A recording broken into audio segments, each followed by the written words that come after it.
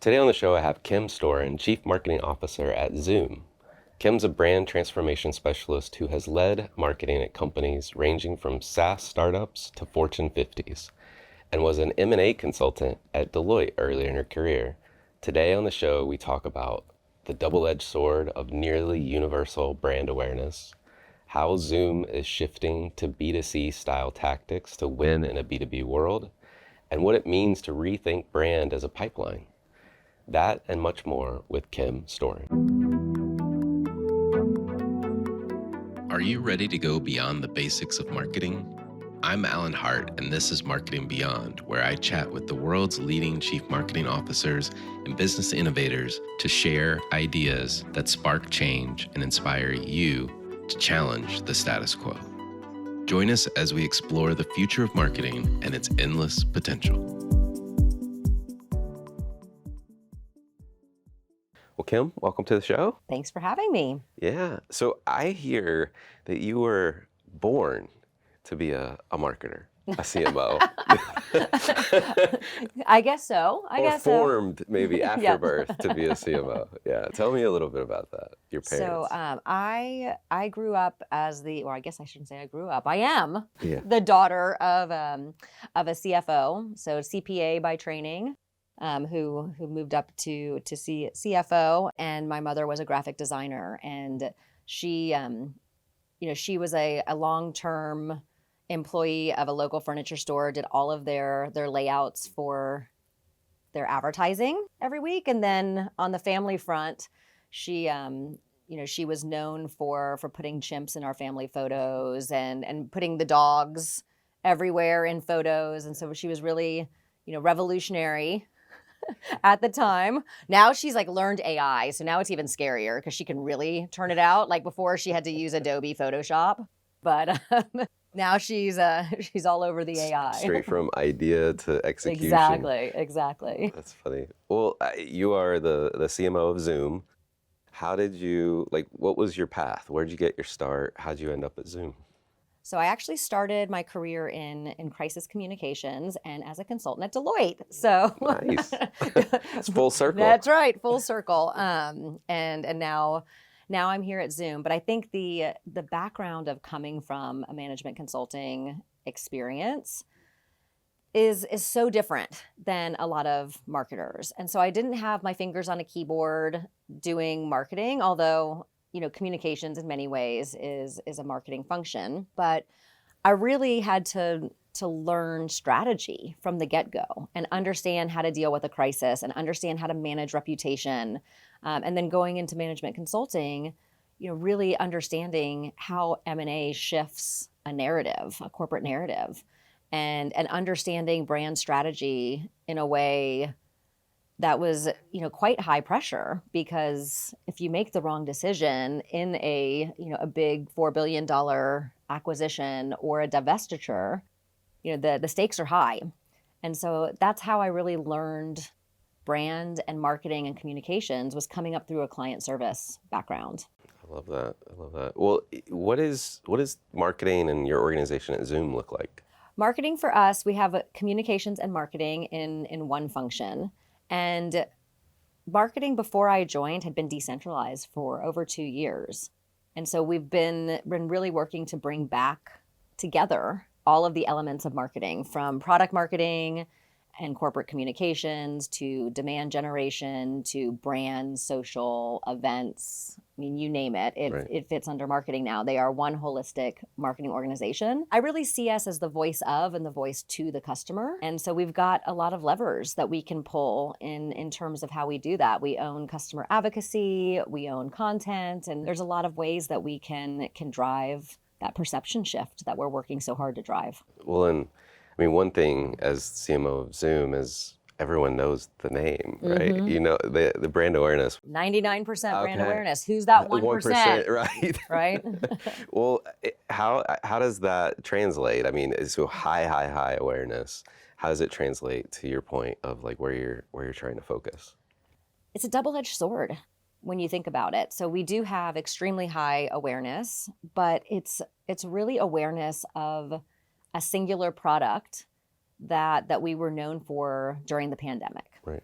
And so what we've been really working to do is to shift that perception. So our growth is coming because we are investing in platforms that expand and like build on that video conferencing, but take it to the next level and expanding the audiences. So where IT or an SMB has been our primary buyers of the Zoom platform historically, now we've got products and portfolio that serve marketing leaders and HR leaders and customer support leaders and recruiting leaders. And so that means that our job is now to connect the dots of the Zoom that they think they know and help them understand our system of action, which is taking all of the context of these conversations, whether those conversations are outside your organization or inside your organization, and then embedding AI to really power conversation to action, conversation to completion in a way that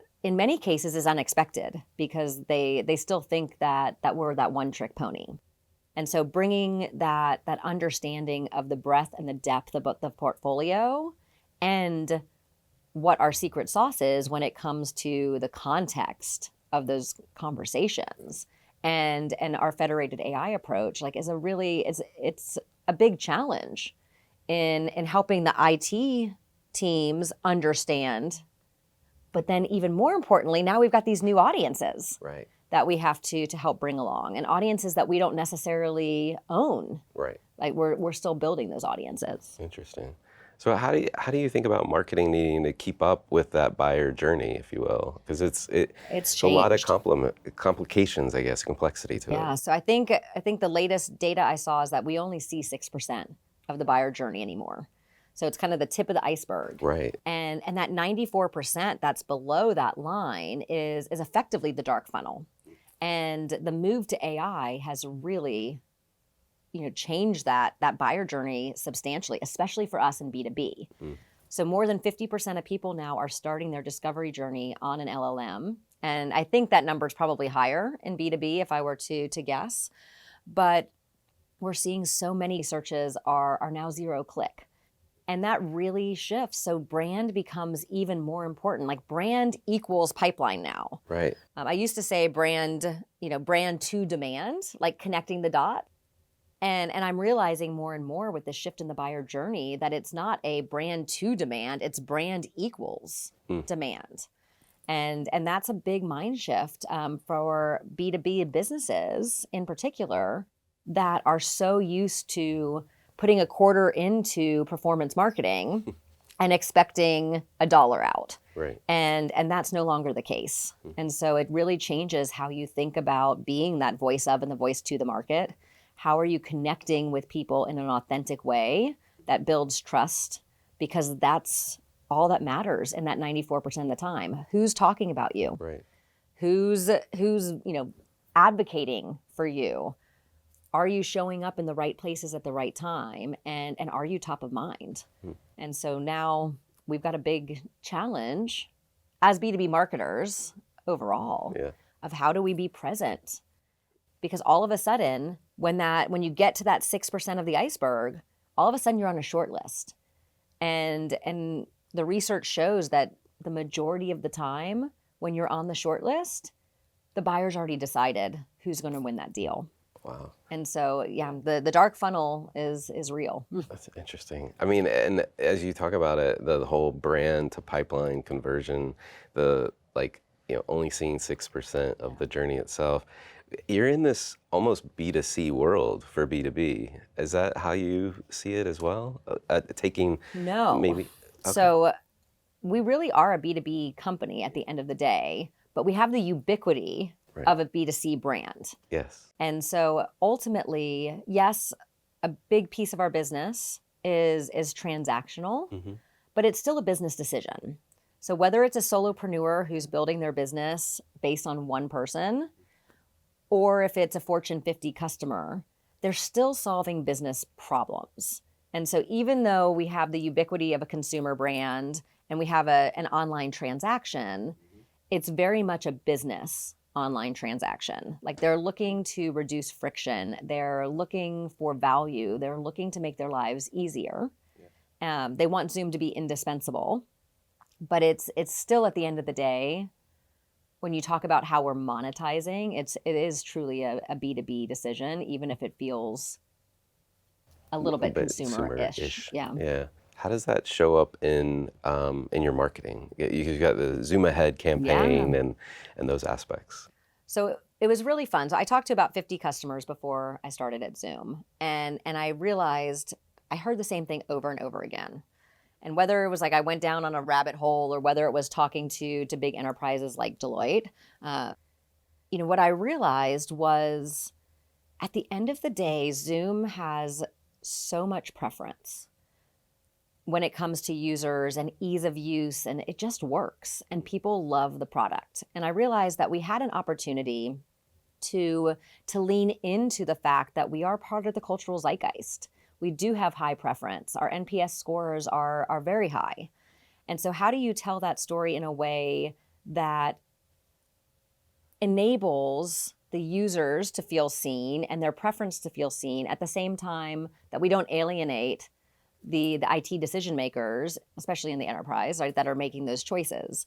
And so Zoom Ahead was really our opportunity to be distinctive in the market, right? We look at our competitors and they don't really have the right to be in the cultural zeitgeist in the way that we do. And so that gave us an opportunity to leverage humor to break through. And we found this like really great intersection of humor and heart and product truth that I think only we could own. And so tapping into, the comedy and humor of Colin Jost and the Saturday Night Live mindset, right? I mean, if anybody's culturally relevant, Right. is somebody like him who's writing jokes on a weekly basis that really resonate. And so I think, we were able to partner with Colin and his team and build something that was really special and really distinctive in the market. And it was Zoom's first brand campaign. Well, what's next? What's ahead for either Zoom Ahead or marketing as you go forward? Well, Zoom Ahead continues. So we can't talk about it, but I'm very excited about where it's heading, and you'll see more this fall in terms of where we go with it. It's going to be a very, it's an extension of the ad that we had that launched in the college football time period here last year. But I think it's going to even showcase more of Zoom's system of action and the work that we're doing to bring an AI platform and really make people's lives easier because we embed it into the workflow. So that conversation to completion will really be clear. So that's the product truth that we'll be leaning into. Awesome. But it'll be fun, I promise. Funny and fun. Funny and fun. Well, one of the things we love to do is get to know you a little bit better. I'm curious if there's been an experience of your past that makes up who you are today. I mean, absolutely. I feel like that is all of us, right? At the end of the day, like we're a product of how we grew up and our past. And I do think, for me, like we've talked a little bit about my family and how we got here. And I do think that that's such a critical part of informing who I've become. I don't think that without having, the influences of my parents, both in terms of, the art and the science that it takes for marketing, but also of just like supporting the ambition that I had early on, I don't think that I would be here today. But I've also had great mentors throughout my career who have really like either given me very hard truths in a supportive way, right? Or just really supported me throughout my career. And so there's, I think of one very formative moment. I'd left Deloitte, and one of my mentors, who was the head of strategy, he and I were having a career conversation, and he said, what do you want to be when you grow up? And I said, I want to be you. I want to be the head of strategy at a big company. And he said, I hate to tell you, like, you're not going to be, like, you're not a finance person, right? Like you've got some DNA, but you're not a, corporate finance person. And he said, but marketing needs you. And marketing needs somebody who comes from a strategic background, who understands transactions, who understands crisis and reputation.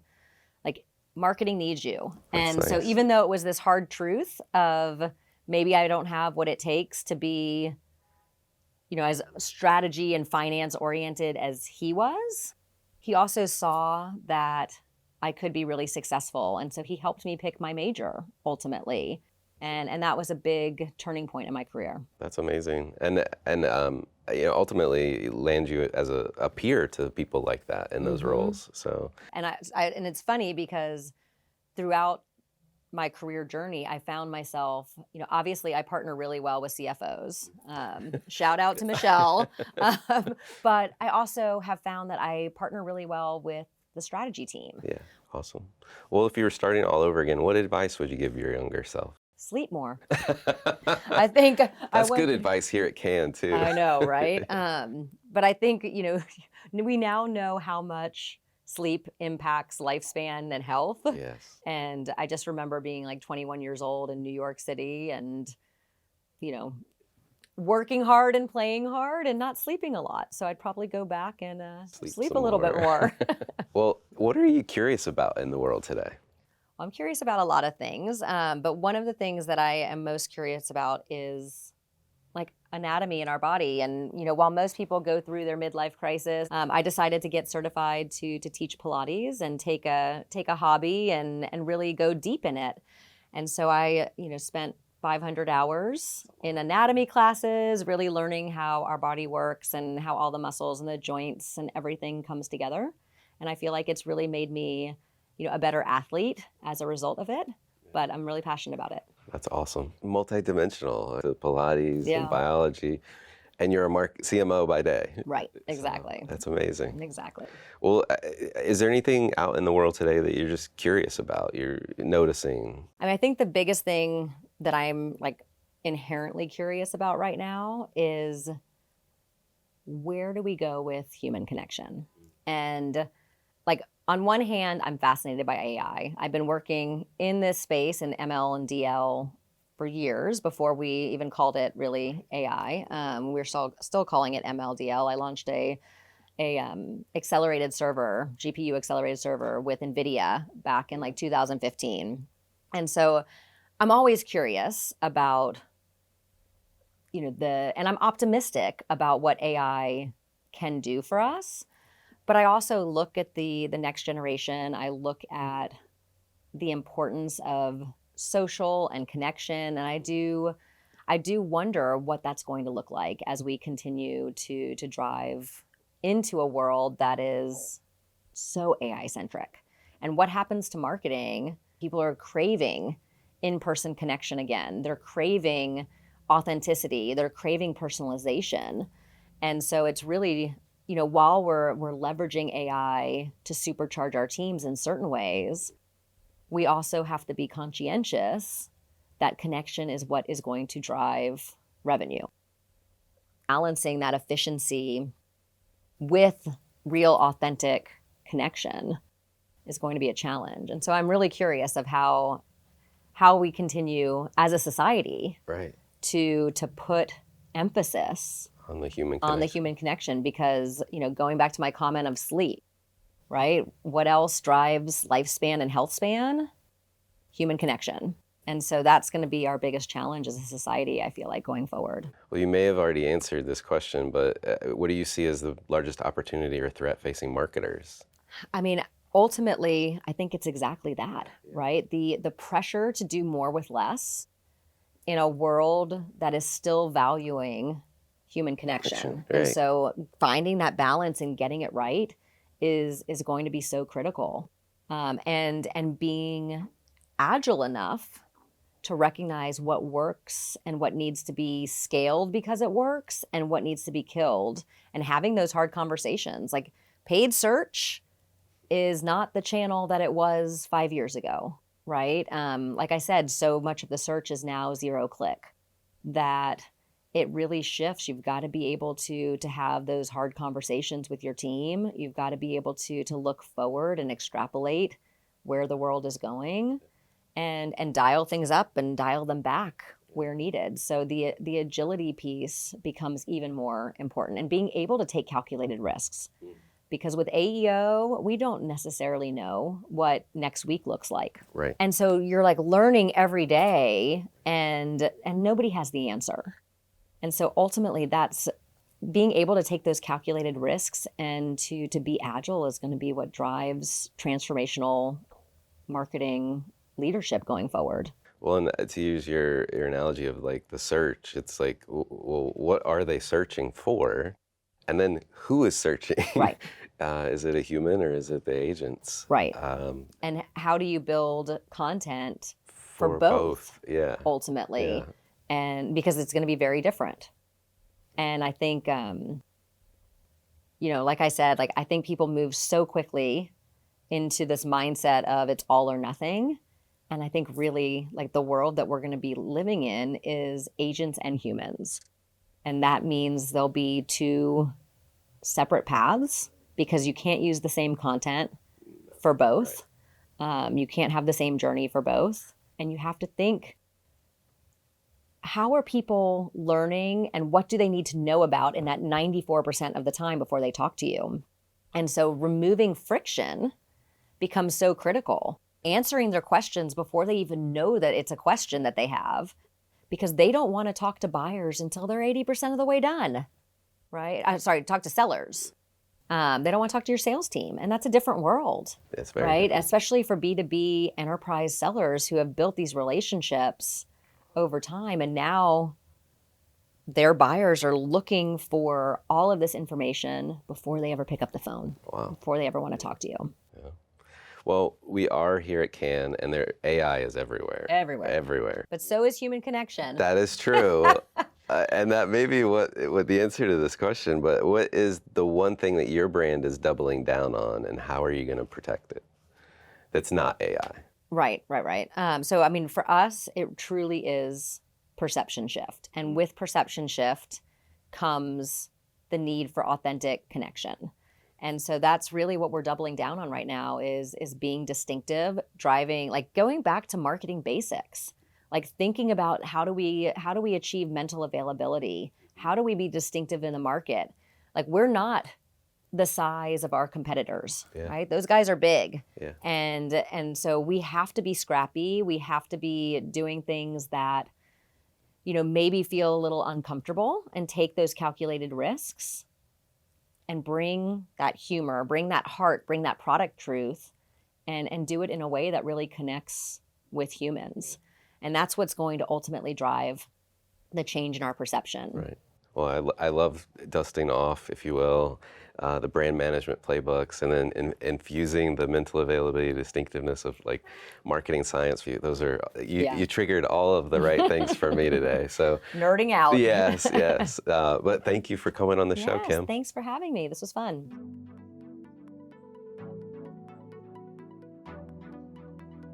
Hi, it's Alan again. Marketing Beyond is a Deloitte digital podcast. It's created and hosted by me, Alan Hart, and produced by Sam Robertson. We have even more cutting-edge marketing insights headed your way. Be sure to subscribe to our channel to stay up to date with our latest episodes. I love hearing from listeners. Share your thoughts about the episode, the topic covered, or the show by commenting on this video or emailing me at marketingbeyond@deloitte.com. If you're interested in more conversations with industry visionaries, we invite you to explore other Deloitte Digital podcasts at deloittedigital.com/US/podcast. There you'll find the Marketing Beyond webpage with complete show notes and links to what we discussed in the episode today. I'm Alan Hart, and this is Marketing Beyond. The views, thoughts, and opinions expressed are the speaker's own and do not represent the views, thoughts, and opinions of Deloitte. The material and information presented here is for general information purposes only and does not imply endorsement or opposition to any specific company, product, or service.